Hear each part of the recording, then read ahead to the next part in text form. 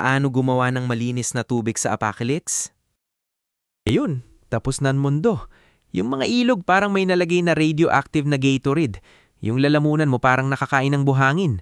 At yung huling buti ng tubig, matagal nang wala yun pre. Yung mga siyudad parang simenteryo na. Buksan mo yung gripo.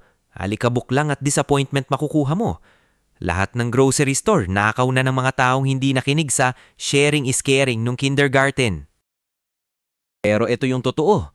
Hindi mo kailangan maging Bear Grylls o magka-PhD sa chemistry. Kailangan mo lang hindi mamatay sa uhaw. Panahon na para mag-MacGyver ng tubig. Sige, kunin mo lahat ng basura na makita mo. Sirang kaldero. Perfect. Piraso ng scrap metal. Mas okay pa. Yung takip ng basurahan dyan. Oh, yan din. Isama mo. Ito yung kadiri na part. Kunin mo yung tubig na parang galing sa banyo ng swamp monster. Putik, patay na insekto. Kung ano man yung berdeng yan, ibuhos mo lahat. Kapan mo yung nightmare soup na yan at lakasan mo yung init.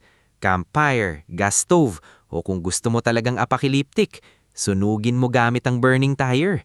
Hindi naman na magrereklamo yung kapitbahay mo sa amoy eh. Eto na yung magic.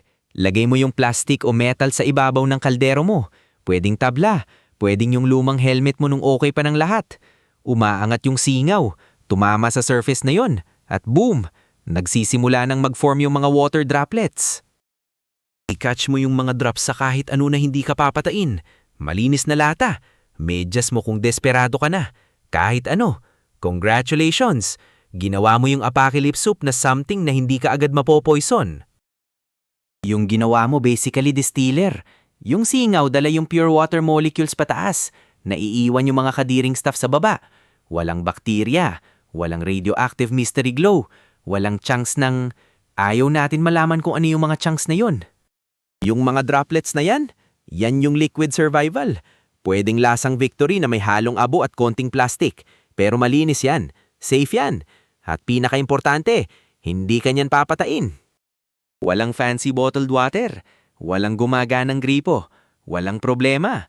Fire, basura, at high school chemistry lang ang tumutulong sa'yo na hindi ka mamatay sa uhaw.